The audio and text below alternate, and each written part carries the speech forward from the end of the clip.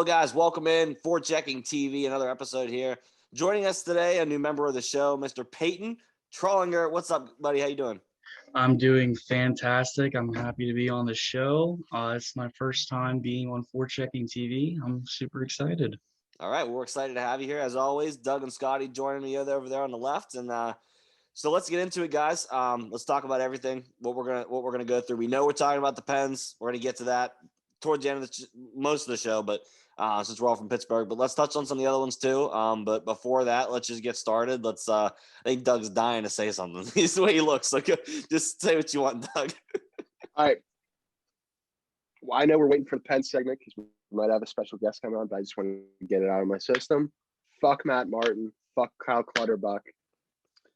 Trying to be important whenever they're not even NHL quality players. And while I'm at it, fuck Leo Komarov too. Yes, sir. That's a great way to start it. All right. Well, to start it, since I said we'll talk about that, let's start with the series, different ones. Let's talk about it. Colorado, St. Louis, they're up 2-0. Colorado's up 2-0 in it. Let's talk about this one. Colorado's been playing great. St. Louis, we mentioned with O'Reilly, who came out that we're gonna have some fun and we're gonna beat them. That's not the way it's looked so far. So right back at you, O'Reilly. It's in your face. So because Colorado's stomping you right now. Anybody want to add on that series before we move to the next one? I'm not gonna lie, like the Blues are definitely a good team, but Colorado's just whooping them right now. Like that team is just so good, and I don't know if they're gonna sweep them, but I think Colorado's definitely taking that series. I don't think O'Reilly definitely is not right about that at all. That's literally a super team you're talking about. Yeah, you gotta literally on crack. Yeah, you got to give props to Ryan O'Reilly for just trying to be a good leader, who, by the way, has not showed up at all in the first two games. No points with a -6. That's a tough look for the captain right there. But no, Peyton, you hit the nail on the head pretty much with the fact that Colorado is an absolute unit of a team right now. Nathan McKinnon is one of those guys who's just a playoff performer. He steps up whenever it's big. And you're seeing it right now. He's got 7 points through the first two games. We're just getting started, and he's already starting to light up the score sheet again. Landeskog's doing his thing as well. Mikko Rantanen's been playing solid. Everyone's doing what they need to do. I know there were some questions in the net with Grubauer. He has been money so far for the Avalanche as well. They've been doing what they need to do. And unfortunately for the Blues, they have not had much going for them at all. I mean, their big guys just aren't really there. You know, Tarasenko, I know he's coming back from injury and whatnot, but he hasn't really helped out. Like I said, O'Reilly hasn't been really doing his thing either. And Binnington is doing his best right in the crease right now, but it's just not working. And I saw something on Instagram today. It said that the Blues now only have a 3% chance of making it out of the first round. So take with that what you will. But yeah, this Colorado team is just too good. I mean, they have so many weapons at their disposal. It's honestly laughable just how good they are. You know what I mean? So you got to give credit where credit's due, and don't be surprised if that's one of the teams that makes a very deep push here in the postseason. Well, and one thing about like Grubauer you mentioned is he's playing some really good hockey right now. Like he just is not letting things phase him. He was like, he reminded me of Jordan Binnington, like when they won the cup. Now it's like the roles are reversed. Binnington is just letting everything in. He's definitely nervous now. And Grubauer's just chilling. Yeah. He's chilling. He's doing his thing, and he knows his team is really good. So, he has a really good offense and defense in front of him. So we're letting them do the work, and Binnington just can't do anything about it. He's just risen to the occasion, honestly, because you remember they brought in Dubnyk at the deadline, kind of like as he's like as the safety net, I guess, for Grubauer. Forgot about that. Exactly. You forget about those things because he has been playing that well. They got Devin Dubnyk sitting on the bench just right now, chilling on the bench. Exactly. Just Devin Dubnyk, just old ass Devin Dubnyk, just chilling on the bench. Grubauer's been handling business right now. So kudos to him, man. Good to see. Never forget where we were whenever we found out the Avs traded for Devin Dubnyk. We were here. What a time that was. Yeah, we were all like, oh my God, wild times. But yeah, this team's abnormally deep. Obviously, Nazem Kadri's going to get suspended again because he killed someone again. But I'll tell you what, guys, they're going to be just fine. I know maybe you guys might know about this guy, you might not, but Alex Newhook is currently on the Avs fourth line. I think he's going to go right into that second line role, playing with Donskoy and Burakovsky, and kid's just going to light it up. Also, this defense. Let's talk about this defense. This is the best defense on paper I've ever seen in my entire life. Like, love this defense. You got Devin Taves and Cale Makar, Ryan Graves, and Sam Girard. And then your third pairings, Patrick Nemeth and Connor Timmins. And there is good case that whenever Bowen Byram gets healthy, dealing with whatever he's currently dealing with, that third pairing is going to be Bowen Byram and Connor Timmins. So you have your two top defensive prospects playing third pairing minutes in a deep playoff run for your team. And you're going to have your top 10 draft pick in Alex Newhook, or your top 20 draft pick in Alex Newhook, playing consistent big top 9 minutes for you down the stretch because of Nazem Kadri getting suspended inevitably. So I really like this team. You know, I think you guys know that this team's probably like, outside of the Pens, this team's like one of my side pieces. I love them. I love watching them play. Philip Grubauer has been fantastic, and which is great for a time where there was a debate whether it would be him or Dubnyk in that. And right now, Philip Grubauer is making it seem like it's a no-brainer. Agreed. All right, let's move to the next one. Just finish out the West. And this is Vegas and Minnesota. All these games are exciting to watch. Last night I thought Minnesota had it. Not the case. Vegas making a comeback. They're winning that one 5-2 last night. They lead the series 2-1 over the Minnesota Wild. Vegas has been playing phenomenal. So let's get into talking about this one.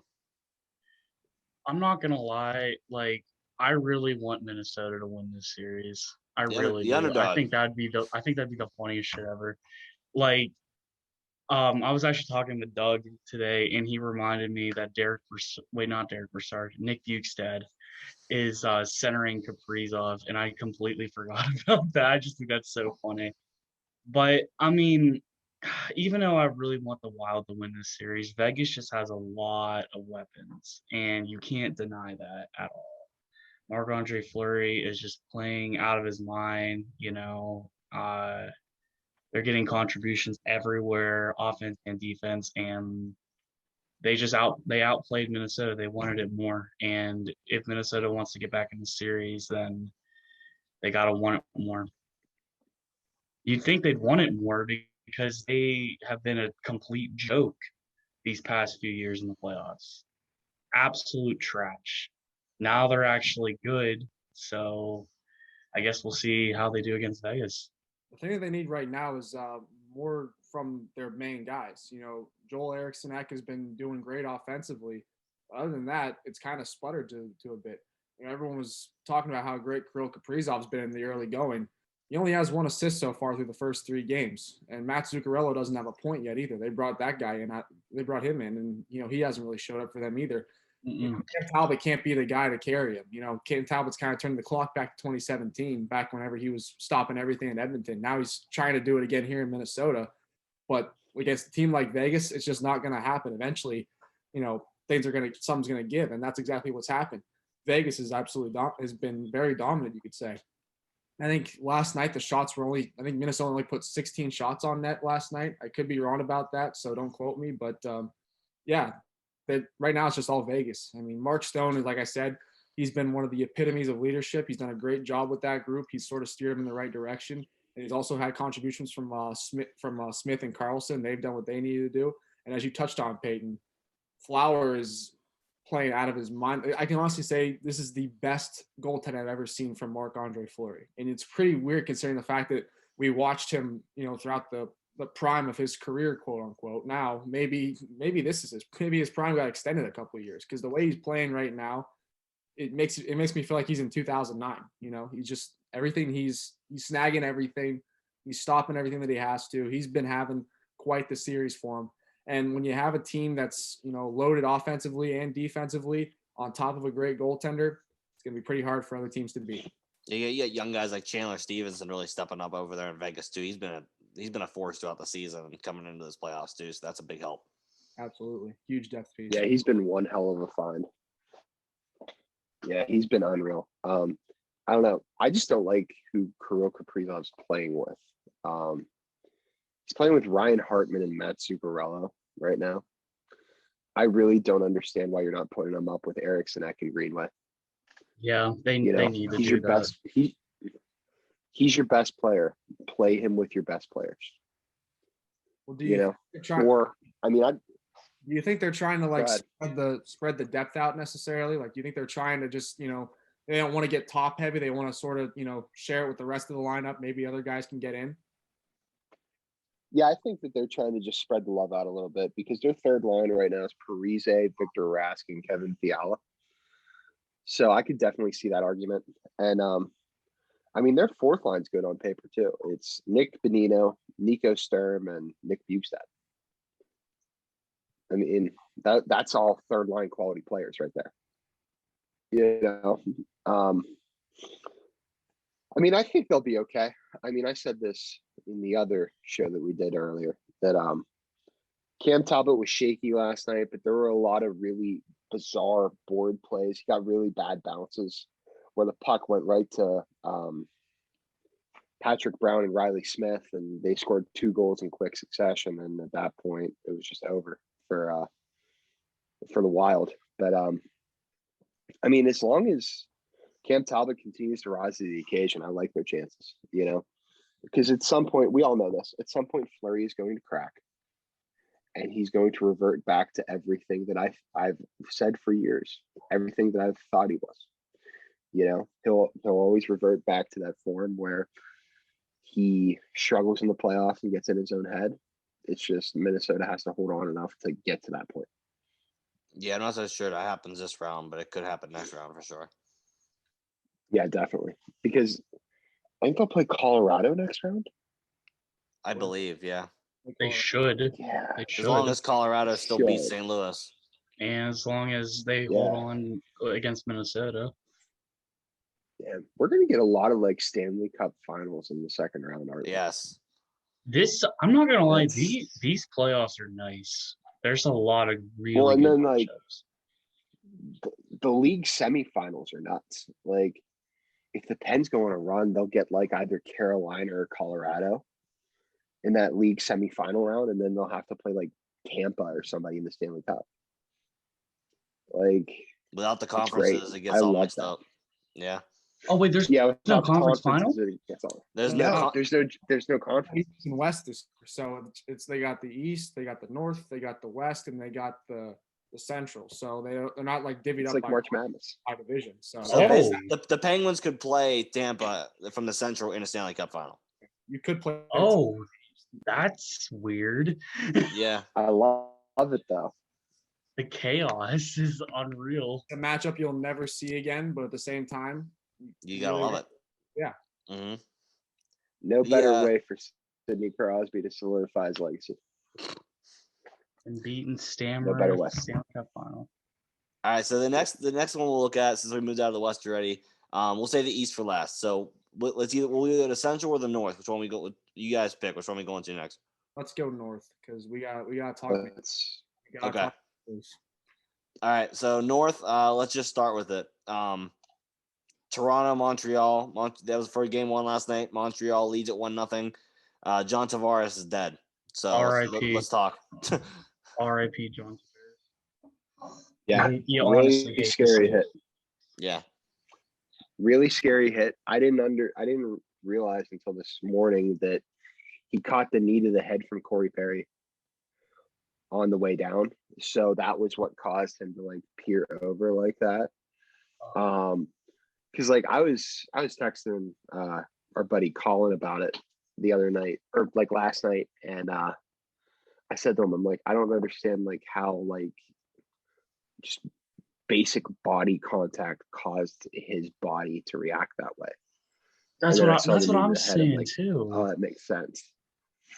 it makes total sense now with the knee to the head. But like, I hated the fact that Nick Foligno thought he needed to fight Corey Perry. I said the same thing, Dougie. I said the same thing. I'm like, At least he won it. At least he won it technically. It's just so pointless. Yeah, that was the thing that didn't make sense. It's like, okay, I can understand if like Perry threw his knee out to try and go at Tavares, but he had no chance of getting out of the way. That was a bang play. He had no chance getting out of the way. And Foligno just took it as, oh well, it's Corey Perry. He's done his whole career, so I'm just gonna take a run. So I'm just gonna force him to fight it. I mean, look, props to Perry for just saying, you know what, there's no sense delaying this or kicking this can down the road till like game 3 or 4. Let's just fight now and get it over with.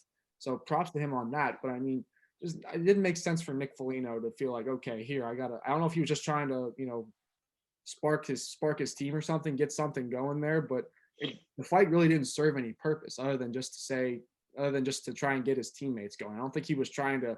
There was no way he was trying to like avenge John Tavares. Like that wasn't the case. It didn't make sense for why he did that. But whatever, it's over and done now. There's like a direct quote. There's like a direct quote from it where Foligno said to him, he's like, I know you did it by accident, but it's our captain. We have to fight. And I'm just like, like this is the exact type of thing we're trying to get away from. Like, no, like you don't have to fight anybody. Yeah. You have to like, literally, all you have to do is make sure that Paul Byron doesn't score a fucking Superman goal. Yeah. And you get your revenge. It's not letting Paul Byron, score one from the seat of his pants. That's a pretty easy fix, or at least in most cases. Yeah. Why are we letting Paul Byron look like he's Bobby Orr? Like that's the big thing. Like everybody's going to be on there saying, everybody's going to be on TSN today saying that William Nylander isn't tough or some shit. But like, why are we letting Paul Byron score a goal like he's Bobby Orr? I mean, shorthanded. He's literally not even supposed to be in the lineup. Like Cole Caulfield is supposed to have that lineup spot. Like, I mean, they're holding out 3 of their best young players so far in Caulfield, Kotkaniemi, and Romanov. And, the storyline is going to be just ridiculous. I can't get past it. As much as I want the Maple Leafs to win this series, I don't think they're going to be able to, because that's such a hard hit to take. Tavares going down like that, I mean, it's horrific, and it's a shame for him because this was probably the best chance he had to go on a semi-deep playoff run in his career. And it got taken away from him just from like a freak accident. Yeah. But like it pretty much epitomizes his entire career, because he hasn't had a lot of opportunities. And I feel like every single time he's about to turn a corner and get screwed over. Mm-hmm. Yeah, and it's just a shame, like on a daily basis, people are talking about how he's not worth his contract. And it's like, he deserves so much better than that. He's one of the greatest guys in the game and he's one hell of a player, so I don't know. Here is my message to the Maple Leafs. Take this for what it's worth, obviously. Losing in the first round is not acceptable. I don't care if the Canadiens have Carey Price in net. I don't care that John Tavares is out with injury. That toxic cult that you call a fan base has been gassing up this roster from day one of this year. If you can't make it out of the first round, don't bother trading away pieces or signing free agents and blowing it up in the offseason. Just take the whole franchise on a trip to Niagara Falls and throw them off the edge. Because at that point, you really have nothing else to prove to us. I mean, seriously, you are being gift wrapped a series win here. This Montreal team is not that good. I don't care what people tell me. I don't care what the analysts say. They're not that good. They are literally sitting 2 or 3 of their up-and-coming youth that have been impactful in their time for players that are subpar. And they're still fine, and they still are behind in the series. Toronto, do not blow this. Do not find a way to lose this one, because if you do, man, oh man, someone check on Steve Angle if that happens. And they're like consciously making that decision to sit their players. Like, why? Exactly. It's not even like, oh well, he tweaked his knee or something, so we don't want to hurt him for the long term. No, they're Literally healthy scratch. they are Healthy literally scratch. scratching them. They could play tonight. They could have played last night if they wanted to, but they decided to sit them. Don't be those. Do not let this one get away, Toronto. This isn't. You can't use the Boston excuse. You can't blame Nazem Kadri for trying to kill somebody this year. You can't blame Freddie Anderson for coming up short. At least not yet. You can't. So I mean, do not blow this opportunity because we're not going to forgive you if you do. That's all I'm going to say. Yep. Yeah. One more thing about Toronto. You don't see them sitting Rasmus Sandin for Ben Hutton because Rasmus Sandin's allegedly inexperienced. You don't see that shit. I mean, for God's sakes, Alex Galchenyuk's playing on their second line. They are the most forward-thinking organization in hockey, and they need to figure this out.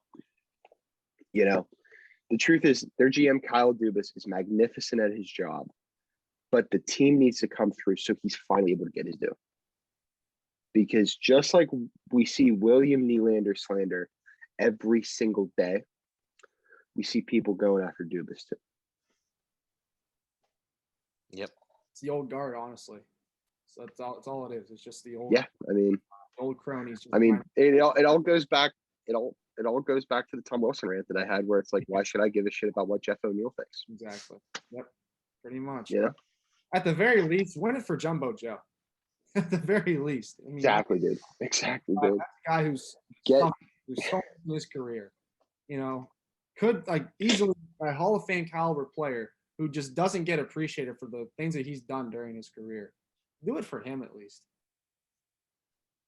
And one more thing I want to throw in there. I always think of myself as a decent athlete, and then I watch any type of playoffs, and I see that there's an athlete who's younger than me playing on a professional sports team, and I get reminded just how low on the totem pole I really am. It's just something I just look. You mentioned Sandin, Dougie, and I was looking at the kid from Colorado that you mentioned. What's his name again? Newhook.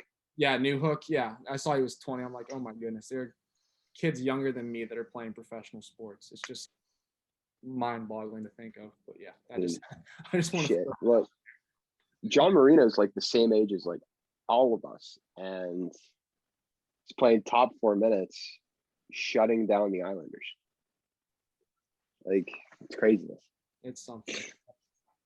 The other series to wrap up the North is Winnipeg and Edmonton. Not a whole lot to touch on here. We'll touch on a little bit of it. Winnipeg leads 1-0. So anything we want to say on this series if we move to the next side? You know, I'm also going to say this too, kind of like what Scotty said about the Maple Leafs. Oilers got to do something.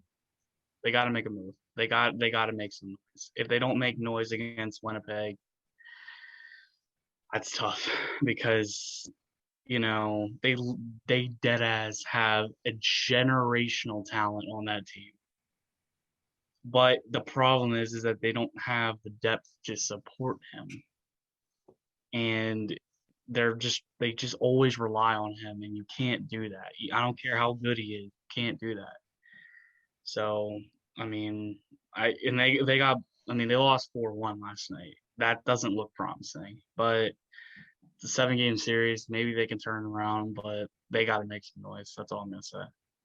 I agree with you on that fact, Peyton. And like you kind of said, I think this is different from Toronto in the sense that if Toronto underachieve, it's because they have too deep of. If Toronto underachieves, it's because they have too deep of a roster. If the Oilers underachieve, it's because they don't have enough of a roster. You are literally banking on the Lord and Savior, along with Leon Draisaitl, Tyson Barrie, and maybe a little bit of Puljujarvi and the Nuge. Other than that, who else does that team have? The Nuge. Exactly. I'm not gonna. I mean, you can't rely on. I mean, you can't have guys.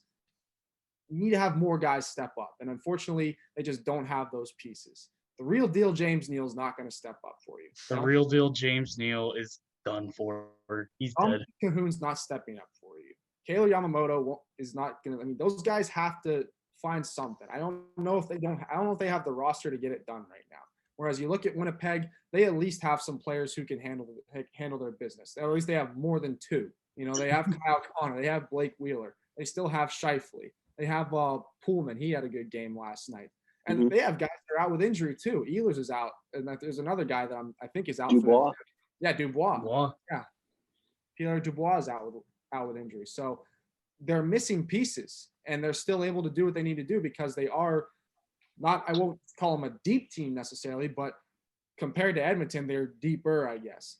And so far, that's what it's going to come down to. And obviously, the goaltending helps out as well. Hellebuck had a great game last night because the Oilers did control the pace of the game offensively. They outshot the Jets, but Hellebuck stood tall when he needed to. And yeah, a lot has to change in order for Edmonton to make it out of this second round. I think they can pull it off if they need to, but they're obviously going to need Connor McDavid to do more than what he did last night. That's for sure. Well, I'll tell you what. I could log on to Twitter right now, and you know who would be this alleged savior of the Edmonton Oilers? Chris Russell. Mm. Chris Russell would save the Oilers, according to several people. Okay. Like, I just don't understand it. That's another like hockey market that is just absolutely atrocious. Like they have people going to bat for fucking Chris Russell on a daily basis, and like going to bat for like James Neal. It's like, okay, cool, but like you guys literally got rid of. The truth is, when they drafted Connor, they had the roster to be a legitimate cup contender, but they blew it up. I mean, they still had Hall and Everly whenever they drafted Connor McDavid, and they blew it up in atrocious 1-for-1 deals. Gotta love Chiarelli. These are the same. You got to remember, Dougie. These are the same people that think that Kevin Lowe was a Hall of Fame defenseman. I mean, they really do, and they hold the same thing with Chris Russell. They think that he's going to be the difference maker, which just is not the case. Yeah, it's like I said, Edmonton needs more depth because you cannot rely on those on McDavid and Draisaitl being your two guys. So something's got to change there. Yeah. I don't know if they might have enough to push through if they can get those two guys to step up and perform, but jury's still out right now. Mm-hmm. Let's jump over to the Central. Let's talk the first one before we get into the really, really exciting one here. Let's do Carolina and Nashville first. Carolina leads at 2-0. They've been dominant so far. Let's touch on this one real quick, and then we'll get to the super, super exciting one of the Central. All I'm gonna say is they need to sweep the fucking leg. That's all they need. Take Nashville out of there. I'm not happy with Nashville because they knocked my Blackhawks out of the playoffs. I don't like Nashville anyway. Yeah, sweep the leg. That's all. You're sad about the Blackhawks being out of the playoffs. I'm sad that we didn't get Dallas Stars magic again. No. needed more Dallas Stars, man. Got a fever, and the only prescription is more Dallas Stars prescription. No, but for real, Alex Nedeljkovic, unreal. Love the guy. Love him to death. Him doing that post-game interview the other night with the entire crowd chanting Ned, I was like ready to run through a wall. I was like, oh my God, this is fantastic. But Carolina's team's unreal, man. Like, you know, big guy that like nobody's talking about on their blue line. I know that Pesci's been having a great series and stuff, but like Jake Bean. Mm-hmm. I mean, that's a nice little weapon to have on your back end, you know, because that's the nice thing about having a deep team. And I mean, it's going to be the same thing with the Avs when they get healthy and Bowen Byram comes back. It's like you have a top power play quarterback playing on your third pairing. It's like where the Penguins were at with Chris Letang in 08-09. Like they didn't really need they didn't need him, but like he was good enough that like he had to play, you know? Because like I mean that defense was loaded, man. I mean, I know it was a lot of old time hockey guys, but like shit, that defensive squad in 08-09 was a unit.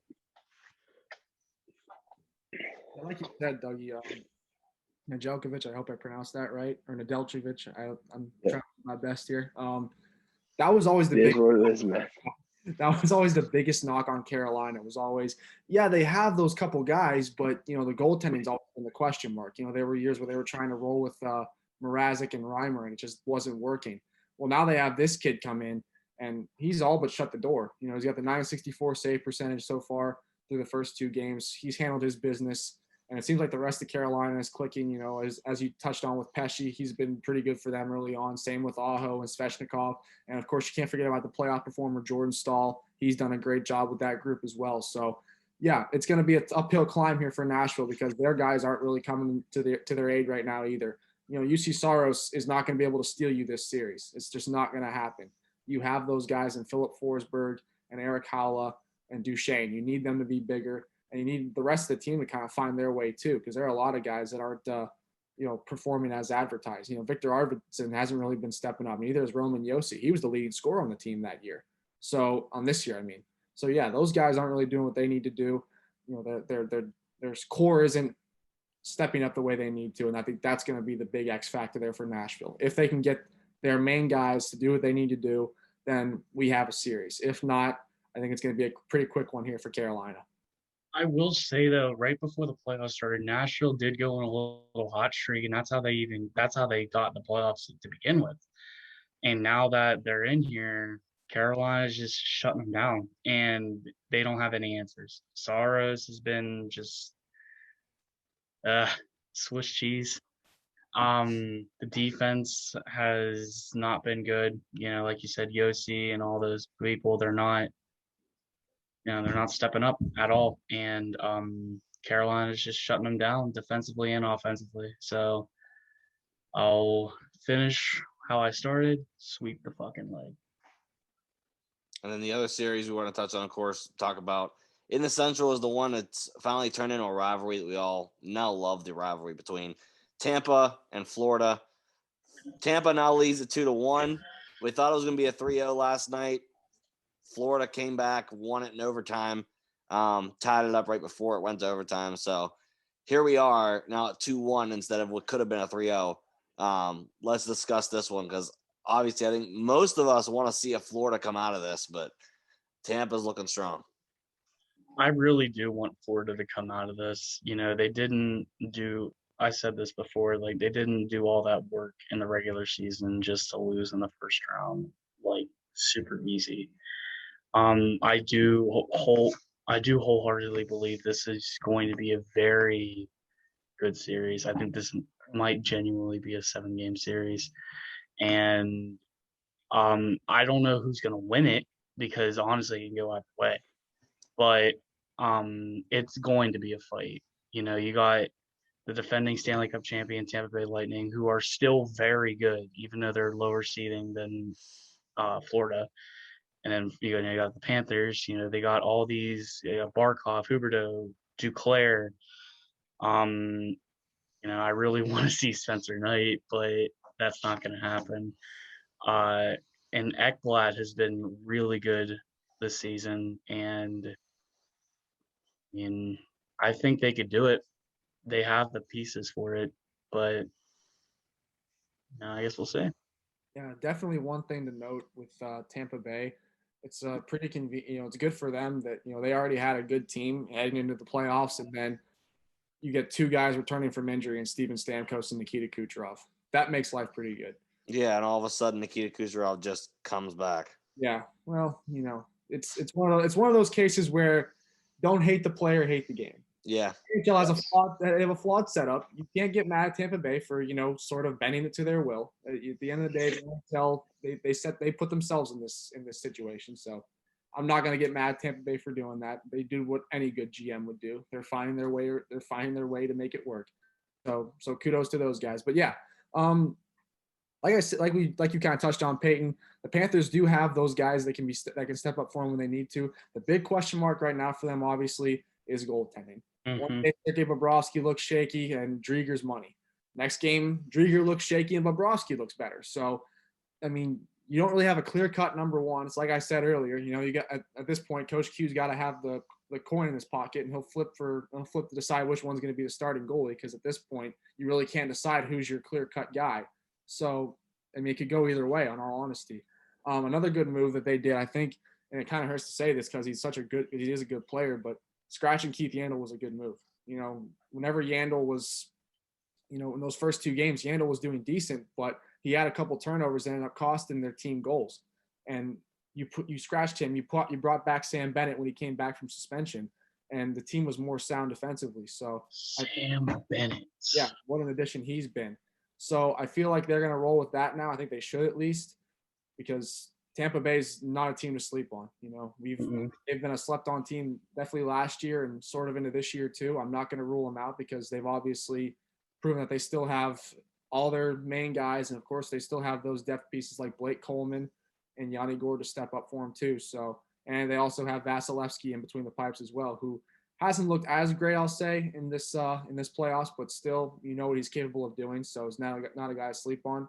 I honestly don't think you can have a clear-cut winner as of right now. It seemed like heading into the third period of last night's game that Tampa was going to end this exciting series pretty early, but now I think it could go either way. We could have a slugfest till the end here, and honestly, I hope we do, because this is what Gary Bettman dreamed of having. This is what Gary Bettman always thought this rivalry would be like when he decided to expand down into Florida. He was hoping that they would get these two teams to really start butting heads, and took him almost 3 decades to do it, but now we have this entertaining hockey, and that's all you could ask for. Definitely. All right, let's go ahead and move ahead to the rest of it. Then the East is up next. We'll save the Penguins for the last one here. So let's talk Boston and Washington. 2-1 series. They're tearing each other apart limb from limb, and every game has gone to overtime. If you're a fan of hockey, this is the series you live to watch. So let's discuss it real quick. Oh boy! If you're a Pens fan, you want to see both of these teams be absolutely shredded if you play them next round. Doug, I think you'll killing each other, man. You're gonna agree, but fuck Tom Wilson. Just always fuck Tom Wilson. We've been over that, yeah. Yeah, just gonna put that out there. Yeah.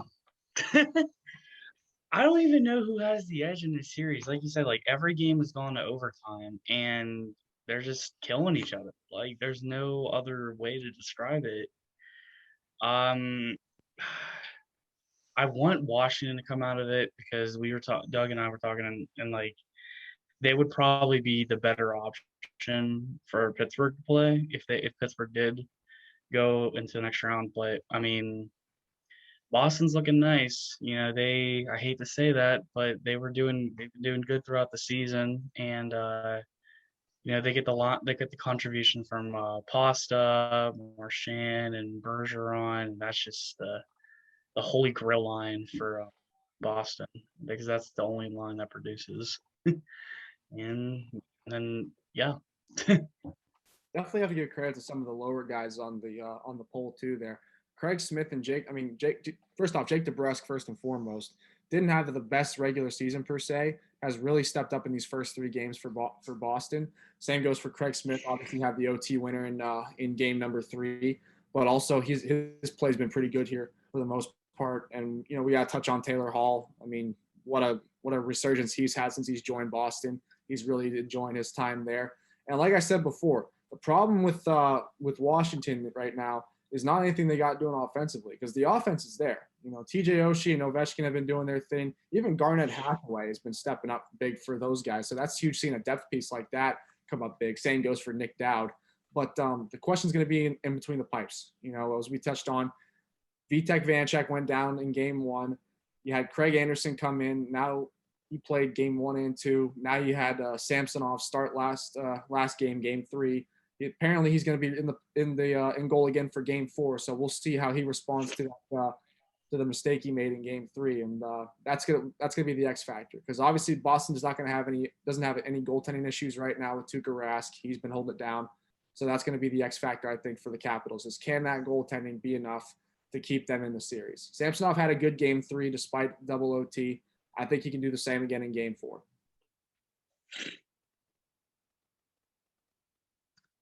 Yeah, honestly though, like I think the name of the game is just keep killing each other, you know, keep playing brutal hockey. You know, hopefully that every single game goes to overtime. And yeah, I mean, this series has been unreal to watch just from like a hockey fan perspective. But you know, like I said earlier, on our last show. In the back of my mind, I'm hoping for Washington, but I'll take whoever the Pens got to play if they move on, you know. But Washington would be fun just because like there's so many little storylines beyond like Ovi and Crosby, and then like obviously Tom Wilson, but like you have Connor Sherry, Justin Schultz, and of course the golden special boy Daniel Sprong, thinking he is somebody, you know. Like, listen, buddy, maybe you would have had a better opportunity if you didn't, you know, act like an entitled piece of shit to the point that you had to fucking Uber all over the place your rookie year because your teammates hated you. You know, just maybe. I mean, like, let's be honest. Like, one of the best games of Sid's career came playing on a line with Dominic Simone and Daniel Sprong. He had like 5 points one night. He had a goal and 4 assists. Like, you know, what more could you want? But I mean, it's just a shame that Sprong didn't work out here because he looks good in Washington. I mean, he somehow magically learned how to play defense a little bit. So I don't know. It's crazy. And then the last series we'll talk about, of course, is the Pittsburgh Penguins. And this has been a good series. Last night's game was like an instant classic. Pittsburgh leads it 2-1 over the Islanders right now, and it's been a fight though. So let's get into this one. I know we want to talk about this one as the hometown team, so let's go for it. All right. I'm just saying it now. Here you I go, would Doug. die for Brandon Tanev. I would die for Brandon Tanev. I would die for that man. Holy shit. I'd also probably die for his line mates at this point too, because that Bluger line has been insane.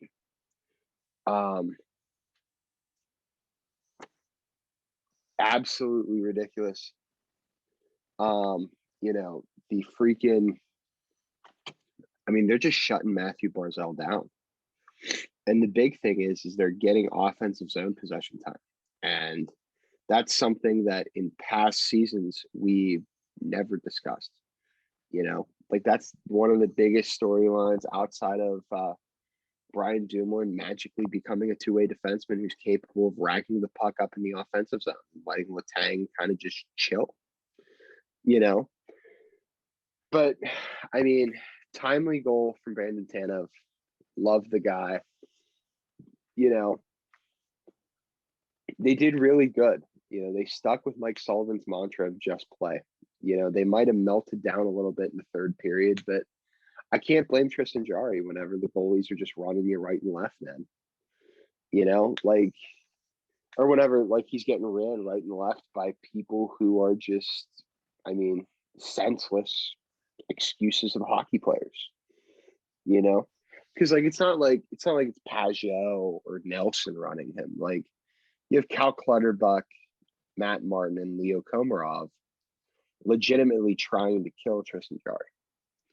And he's done really good. He's kept his composure. Loved to see that he was shit talking Matt Martin last night. But, you know, I mean, they're going to be okay.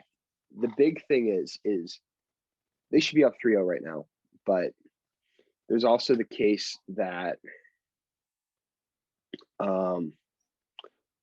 he could be, the Pens could be down 3-0, you know? Like, Sid making those 2 stick saves in games 2 and 3, you could arguably say that won them the game. I mean, it definitely won them the game last night because Jarry was dead to rights with that Nelson 1T. And, you know, Sid just, I mean, I'll be honest with you guys. I think he's the greatest player of all time. Like, yeah, he may not have the points, he may not have the goals, but he's playing at an elite level night in and night out while still being one of the most defensively responsible players on the ice at all times. And, you know, you take into account how good goaltending has been in Sid's era. Whereas, you know, you had Gretzky playing against guys that were pulled out of like a Harbor Freight Tools store to go play goalie. You know, I mean, they've been unreal. I mean, I haven't felt this good about a team in such a long time. You know, I mean, I didn't even feel good at 17. They just kept doing the damn thing and they somehow won the Stanley Cup, you know. But like, I haven't felt this good about a team since 2016, you know. Tristan Jarry's coming into his own. You know, there's times where he doesn't have it, and there's times where you can tell he really does. It's just he has to put it all together. And if he puts it all together at some point in this next couple of games, they're going to be just fine. I'm very excited about this team. They've looked incredible. And the big thing is they haven't rolled over and died. The old Penguins teams of, you know, last year, 2 years ago, and 3 years ago would have rolled over and died after the Cal Clutterbuck goal when John Marino had to leave the ice for some reason over a role that clearly does not have enough clarity on it. So, I mean, honestly, I couldn't be more excited about this team. Go ahead, guys. Yeah, just kind of building on what you said about Marino there with that rule. I don't get how you guys can let players absolutely slug each other out the entire time. You know, like kind of like the scrap that we had in the third period last night. That's totally okay, but as soon as somebody loses his helmet in the middle of action, now you have to go off the ice. You're done. That just doesn't make any sense to me. But anyways, yeah, this is one of the best, most confident ways I feel about this Penguin team. I mean, look at the guys who are stepping up. Jeff Carter continues to make me eat my words, saying that the Penguins weren't a trade acquisition depth piece away from making it to a cup. He's proven that they just might be. Look at the way he's played in the first 3 games. Guy's been money. Chris Letang has silenced all the haters with the way he's played in the first 3 games. I mean, my goodness, that guy has been great on both sides of the ice. The knock on him was always that he focuses on offense, he leaves his guys out to dry defensively. That has not been the case this series. Letang has been good. And another guy that we're not really talking about, Freddie Gaudreau. What an addition he's been. Yes. I mean, if there's one signing Jim Rutherford may have gotten right recently, that might be the one. I mean, talk about how great of a guy he has been for this team. And in all honesty, like you talked about, we got to talk about the fourth line. They've done everything that they've asked them to do. Anytime they're on the ice, you're paying attention because you don't know what could happen. They might get a goal. They might run somebody over. They might make a nice defensive play. You don't know what's going to happen, but every time they're on the ice, something impactful is going on. And that's what signifies how great that those 3 have been. You hate to see those guys get broken up. And that's what sucks about having an expansion draft in the summer here is that we're going to the potential of losing one of those guys is, pretty high just by the way they're playing. And in all honesty, it's a good thing they've been playing that way because look at if we're just looking at the first line with Russ, Crosby, and Gensel, each of those guys only have 1 point so far. So, I mean, they're not doing anything spectacular offensively per se, but they don't need to because the rest of the team is stepping up. And I think that's the biggest key for them. Same thing with Tristan Jarry. I mean, you touched on it, Dougie. Tristan Jarry has been really finding his game. Obviously, game 1 was like, oh boy, please don't tell me we're going to go through this again. And it isn't. He came back just the way we expect him to. Had a great performance in game 2 and held his own last night in game 3. So I've been impressed with him. The one question I want to pose to you guys is this. So Semyon Varlamov came back into the lineup in game 2. And since then, he has a .903 save percentage and 2 losses. Ilya Sorokin played 1 game, has a .929 save and has a .929 save percentage and got the wins. So if you're Barry Trotz, are you looking at the goaltending situation right now and thinking, okay, Pittsburgh's absolutely dominating Varlamov. They kind of struggled a little bit against Sorokin. You consider going back to Sorokin in game 4, or are you sticking with Varlamov? I'm going with Sorokin all day. Yeah, 100% go with Sorokin. And I'll even go farther. I think that we'll see Anthony Beauvillier playing with Matthew Barzal. Mm-hmm. I agree. Because, I mean, like you said earlier, Doug, Barzal, before last night, didn't have any points going into game 3. He picked up 2 last night, to my knowledge. So they've been able to keep him off the score sheet. He has not been nearly as effective. I mean, you see how the guy skates. You think at some point, okay, he's going to just cut through somebody and make something happen. And he hasn't. The Penguins have had his number until this point. So we'll see if that changes at all. But yeah, right now the Penguins are doing all the right things, and they're going to need to do it again tomorrow afternoon as well. It's also incredible to me that the defensive pairing that's getting deployed the most against that line is Matheson and Cece. If you would have told me in, say, October that Mike Matheson and Cody Cece would be shutting down Matthew Barzal, I would have told you were fucking crazy.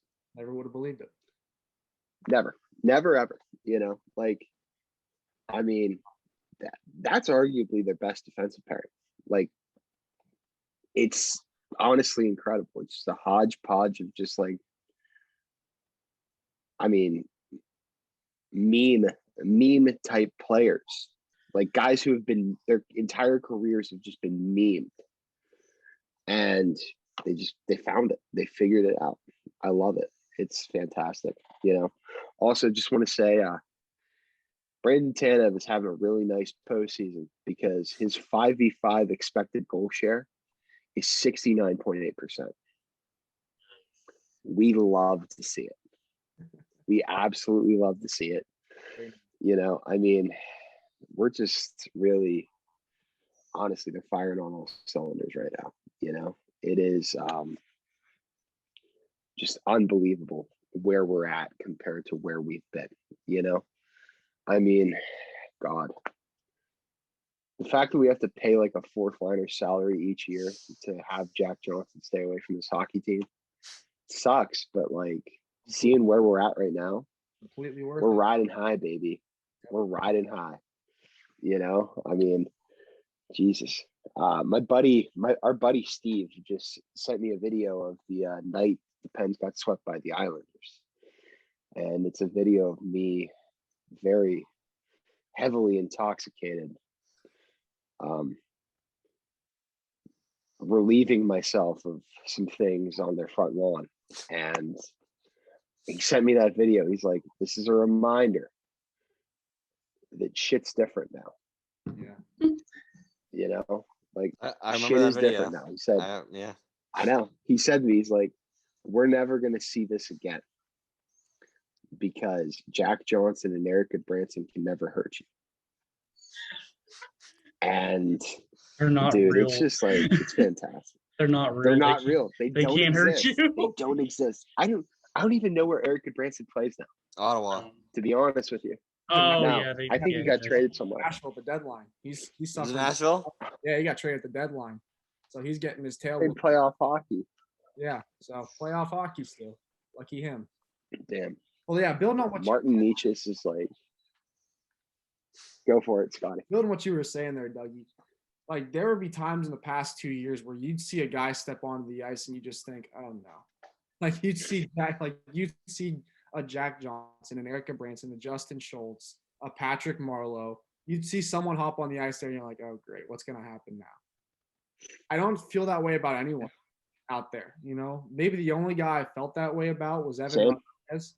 And even then, he still had a point. He still has at least 1 point so far. So there's not a time where I'm like, okay, just please don't mess this up. Now I'm looking at like anything positive can happen on this shift now because I don't feel any lack of confidence with anyone on this team. And I think that's one of the greatest signs of how well this team is playing. And obviously we still have a long ways to go before things are all said and done. So, you know, anything can change, but right now this team is doing everything it needs to do.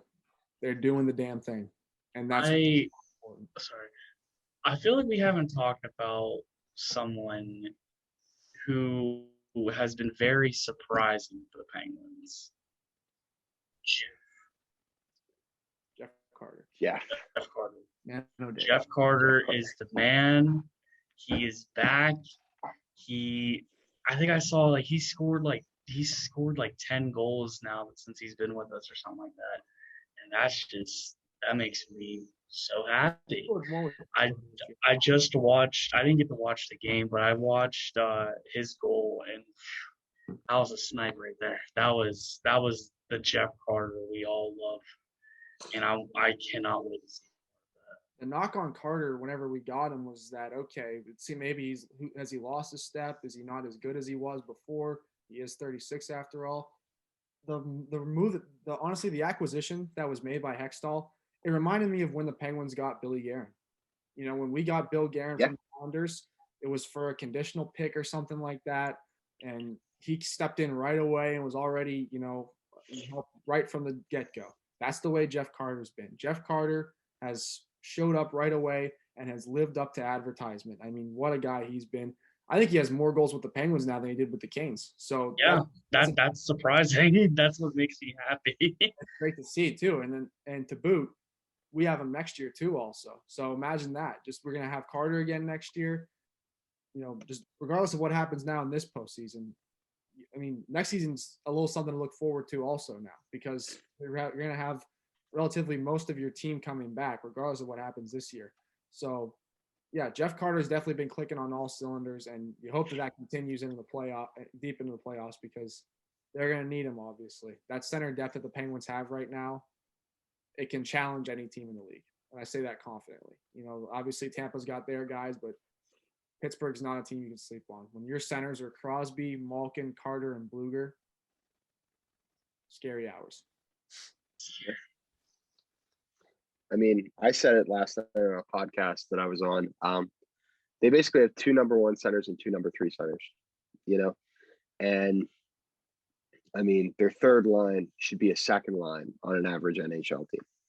I mean, they've been loaded, but that Jeff Carter power play goal, man, that made me feel things that I haven't felt in a while.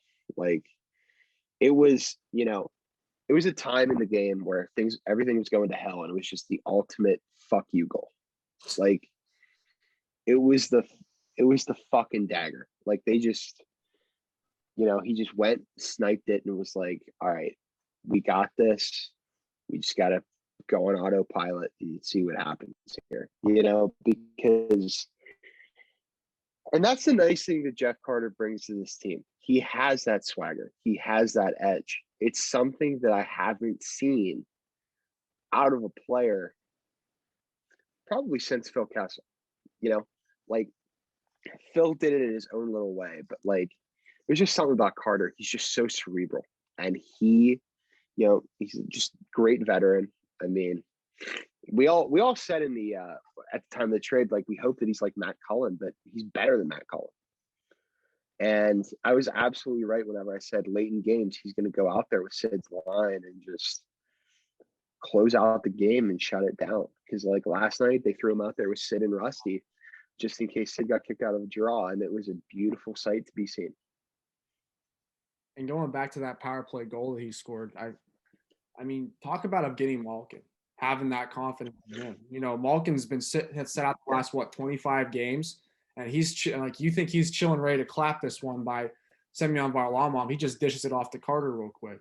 Talk about the confidence that he has in that guy. I mean, this team is really clicking on all cylinders. They really are. That was the first time Malkin and Carter have played together, and Gino's so quick to give him the puck because he knows, hey, this guy can score this guy can score at will if he really wants to. He has that potential to do it, and that speaks volumes to this team. It really does. Yeah. The wild thing about that power play was they had to run a completely different set because of the guys that were in the box at the time. But whenever they lined up for that face-off, and I saw Sid lined up at his old right half-wall spot that he was on during the 08 and 09 runs, I looked at my dad and I was like, they're going to score here. It's just a matter of how they do it. Because I think Sid's deadly from that right half wall. I think he needs to be in that bumper spot and they just let him go. But, obviously that would be sacrificing his numbers, because whenever you're in that bumper spot, you're looking for the pass, not for the shot. But that was great situational coaching by Todd Reardon, just to throw a random hodgepodge of guys out on the ice and just get it done, because Gensel was still in the box. I think Rust was still in the box. Like, they were able to get it done at will and at complete random at a moment's notice. Yeah, that's all very very good points on everything. Anybody else? Any other last points before we wrap up this episode? No. Okay. Nope. We're Good. All right. Well, like I said, we thanks for tuning in as always. Peyton, thanks for joining us and being on the show with us. Appreciate it. We got more episodes, of course, episode a week. So we'll have another episode for you guys next week with another special guest. So stay tuned for that. But for now, thank you for joining us on behalf of myself, Doug, Scotty, and Peyton. Thanks for watching, and we'll see you next week on Fort Chicken TV.